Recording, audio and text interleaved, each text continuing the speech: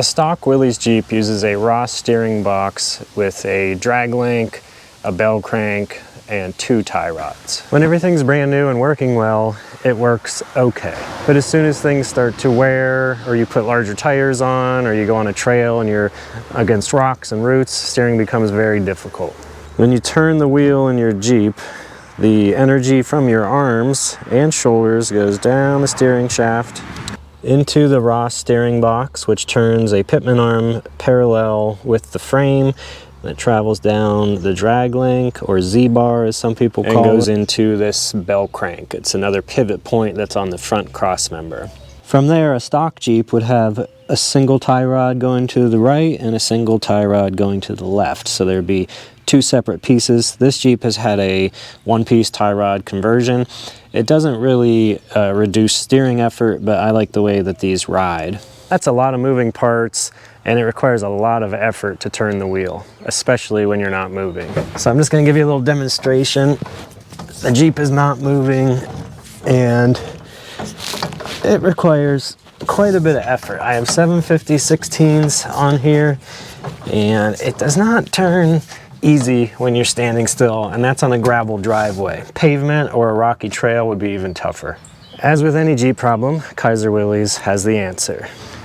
This is the full power steering kit offered from Kaiser Willys. It includes the steering box mount, frame enclosure plates, all the bushings, clamps, and hardware that you'll need, universal joints, the shaft for your steering box, pitman arm, the conversion pieces you'll need to go to a 1-piece tie rod, and the steering shaft. So it's really complete kit. It's going to make this job very easy. Before I can install the steering box and the parts from the kit, we kind of have to take apart some things. That's how it goes with any project. You gotta do a little bit of a demo before you can rebuild. So I'm hoping to be able to leave my winch in the stock location. I might have to move it over a little bit, but I will have to revise my winch mount. I need to get rid of this tow hook and take off the factory bumper. This is an original bumper. It hasn't ever been off, so it has the rivets. So there's a million different ways you can take them off. You can grind them off, chisel them off, drill them out, torch them out. So get your bumper off however you need to. Try not to damage the holes on the frame or your bumper. And then we kind of just have to get a clean slate and start mocking up our steering box plates and the steering box mount itself. When you're doing this job, this is kind of where you want to get your frame stripped down to. So the bumper's out, my winch is out. You might not have a similar setup with the winch and everything, but you just want to get to where both frame rails are exposed, and then I'll show you what to do from there. This kit comes with some really great pieces that are going to save you a lot of time, which include these frame enclosure plates. It comes with 2 of those, and then also the steering box mount. So the Saginaw box doesn't have 4 equal mounting points. So you can see 3 are pretty much the same, and then we have one here that's a little shorter. So this is a kind of a complex piece to make, and it's going to save you a lot of time by having this. And this is a really good quality cast steel part, not cast iron. This is made to be welded on, and it's safe to do that. So it's a really cool part. It's going to go right in here, but as you can see, it won't fit square on the frame because the frame is not square. That's just how they're designed. They flare out here where the bumper mount is, on the top and the bottom. That's why I have these blue lines here. So I am going to box in this portion of the frame. But before I can do that, I need to give it a good square place to attach to. So we want to kind of get an idea where we're going to mount the steering box before we get too carried away with the cutting and the welding. Kind of get it in here and get an idea where you want to mount it. You want it as far forward as you can. You're going to be right into the bumper to kind of give you the best angle. So find where you want to mount it, and then you can start prepping your frame for those plates. Before you start cutting and welding anything, start thinking about your steering angles. So this Jeep has already had a 1-piece tie rod conversion. So that's this piece right here that ties the 2 wheels together. And I'll show you how to do that. The parts that come with this kit are intended to do just this, except instead of the bell crank, we're going to have the pitman arm of the power steering box will be right here. So ideally, you want flat angles. The less angle your tie rod has and the more parallel things are, the better it's going to handle, the less likely you're going to have bump steer, death wobble, and it's just easier on the tie rod ends as well. So kind of get a clamp or something, mock up your box where you want it, grab the tie rod pieces that are included. So you can see this one's a little longer, intended to reach over to the pitman arm. So we'll just kind of start mocking that stuff up before we start welding and cutting on the frame. I have a rough idea of where I want my box to be, so I have a little bit to trim off the frame here, and then I'm going to trim this ear off down here as well. So I know I'll be losing one mounting hole on the bumper, but that's okay. Once I get everything welded in and bolted up with the bumper and my revised winch mount, it's going to be nice and sturdy. My frame is prepped, so I have this bottom plate squared off and the top as well. Just had to remove a little bit of material. Now I can start mocking this up. You want to have really good fitment. Your welds are going to be better, it's going to look better, and just be a better finished product overall. The frame is rounded here, and the bevel or the angle on this plate is straight, so you're going to have a little bit of a gap there. And you can kind of split the difference. I beveled the frame, and I'm going to leave this edge up just shy of 1/8 of an inch. And then when I'm all done, I'll round this over and smooth it out so the bumper fits over that. So just kind of get an idea. They made this plenty long. I'm gonna just let it run back inside the frame. There's no issue there. So one thing important to remember is don't fully weld this until you're basically done, because if you have to change anything, you know, grinding out a few little spot welds is gonna be way easier than having to cut this whole plate off if there's a problem. Another thing that I'm going to do is I'm going to weld nuts on the inside for the bumper mounts, because once this plate is in there, you really can't get in to, you know, put a wrench on the back side of the nut. So same way with my tow hooks, I'm going to weld nuts on the back side there. I don't have to fully weld them, just enough so that they hold while I'm tightening the bolts in. So I'm going to take a few minutes, weld those nuts on, and then clamp and tack this plate in place. Here I have the plate just lightly tacked in 2 spots. So I'm gonna just leave that tacked until I have everything mocked up and I know it's where it's going to be. Choosing the steering box that works best for you is an important part of this conversion. So this is the frame bracket for the Saginaw box. You can see these are the same part, and one is mounted on a Saginaw manual box and the other is a Saginaw power box.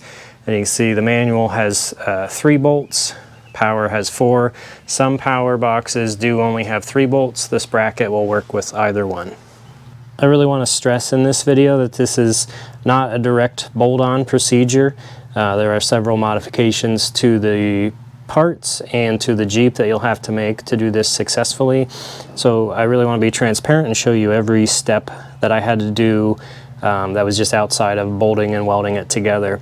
So you'll see here I ground about probably 3/16 of an inch off this bracket right here, and I kind of put a 45 on this edge, and that allows, because once this is welded on, this bracket doesn't come off.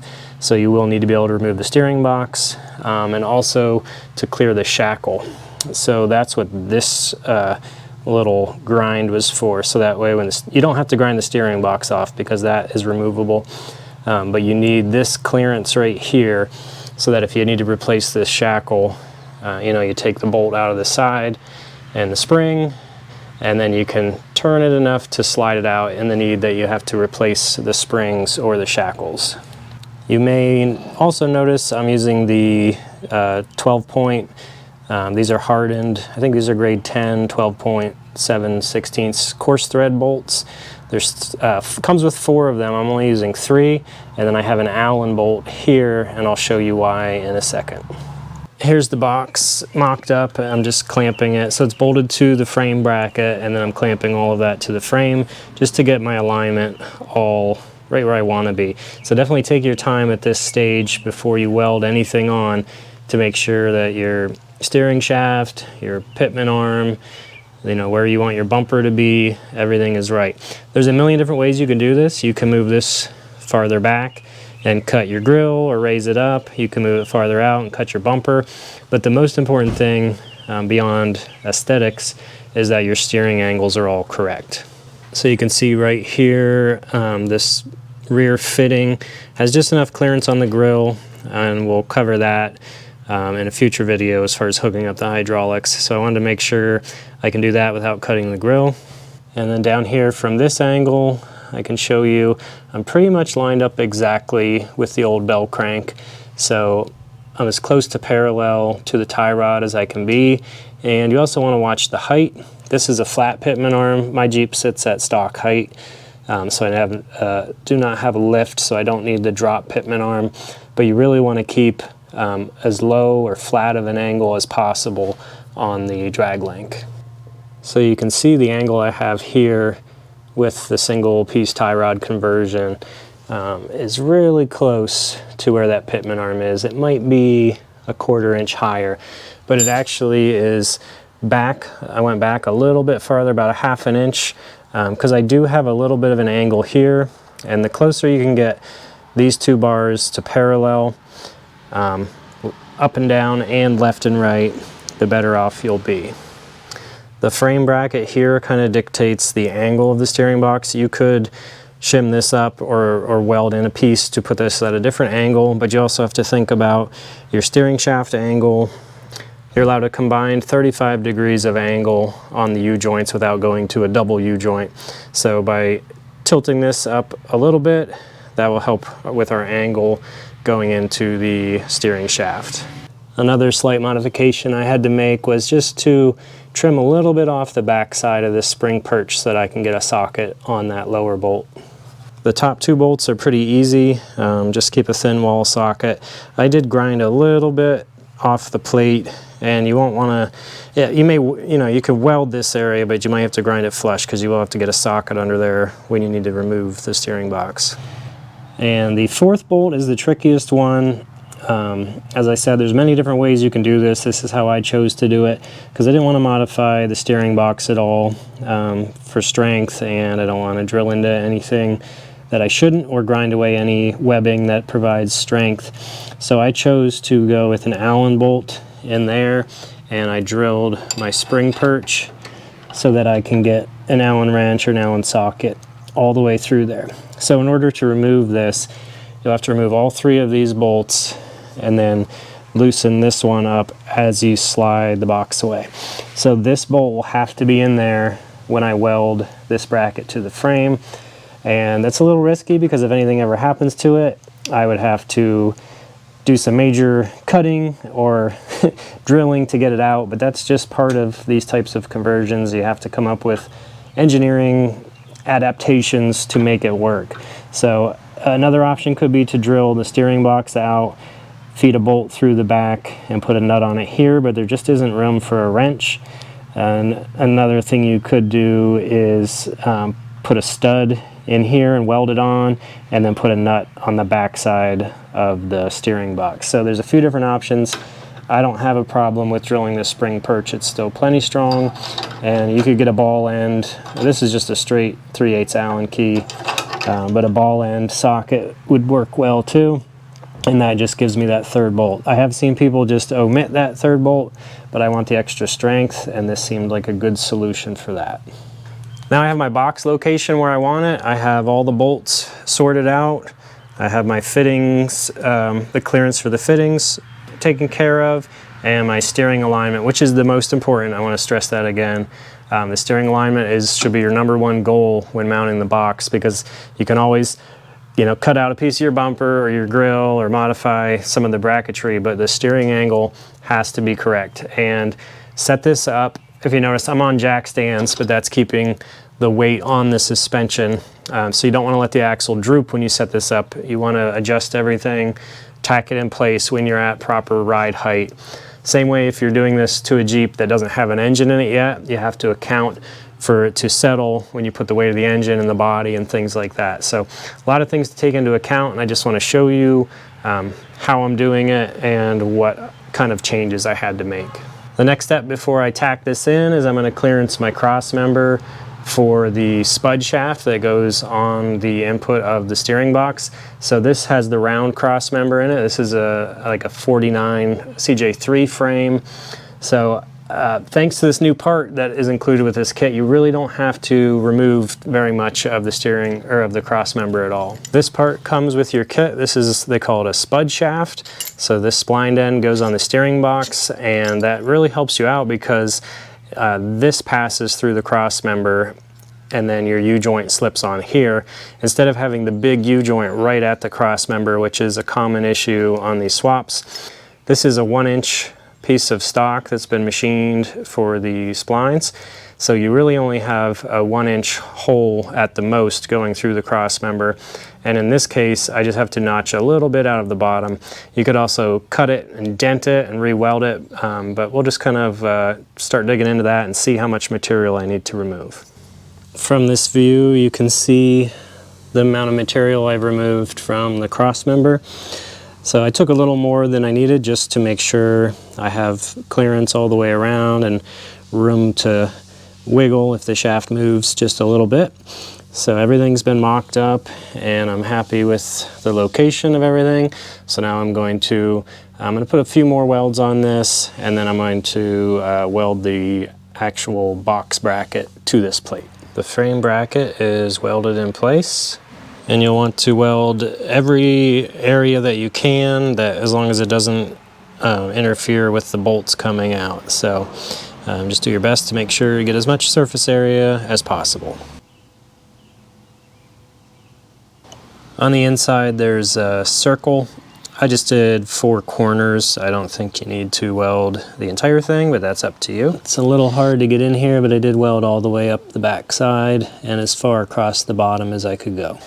Anytime you're welding on frames or steering or suspension mounts, anything really important like that, please make sure you have a professional welder or someone that you trust and is competent to do this. This shouldn't be your first weld because this doesn't bolt through the frame, so your welds are the only thing that are holding the steering box to the frame. I recommend regularly inspecting everything, especially for the first couple 100 miles. Just check for cracks. Keep everything clean and painted so that you can see any fretting or movement.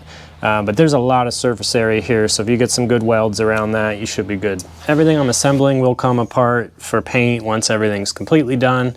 But now we're going to prep the steering box to install, and this is all kind of a temporary install, so I'm not going to torque the pitman arm nut on right now until I'm completely sure everything's clocked and in the right position.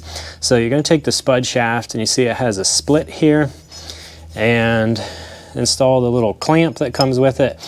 So when you clamp it, you want the bolt to span across the split. That's going to give you the best clamping force as opposed to having it like this. So always same way with the tie rod ends, align the clamp with the split. So I'm just going to slip this on. It should go on until it bottoms out. It should slide quite easily, and set the clamp so that it is close to the steering box, but you don't want it rubbing. So I'm going to stay out about 1/8 of an inch, and this is a 5/8 nut. And I'm just going to snug it up, just enough for it to not fall off. This isn't the final assembly. I don't want to crush that on and have trouble getting that on and off. So, but I just wanted to show you how that goes on there. There it is, bolted in, still a little warm. Everything clears, the shaft spins. I got my spud shaft in place. So now we can start working at hooking up the tie rod. For the next step, I'm going to remove this tie rod. If you have the double tie rod set up, I remove them both, and you will reuse the ends on one of them. So you will reuse the ends, so you're going to need the 2 single ends off of your 2-piece tie rod. So once you have the nut loose, whether you're dealing with the knuckle or the bell crank, don't hit down on this, and I don't use the like pickle fork tie rod tools. This is how it's been done for years by mechanics, by people in the Army back working on Jeeps. You just whack it right on the cast part. You know, you're not crushing it, you're just trying to break that bond loose and get it to back out of the taper with vibration.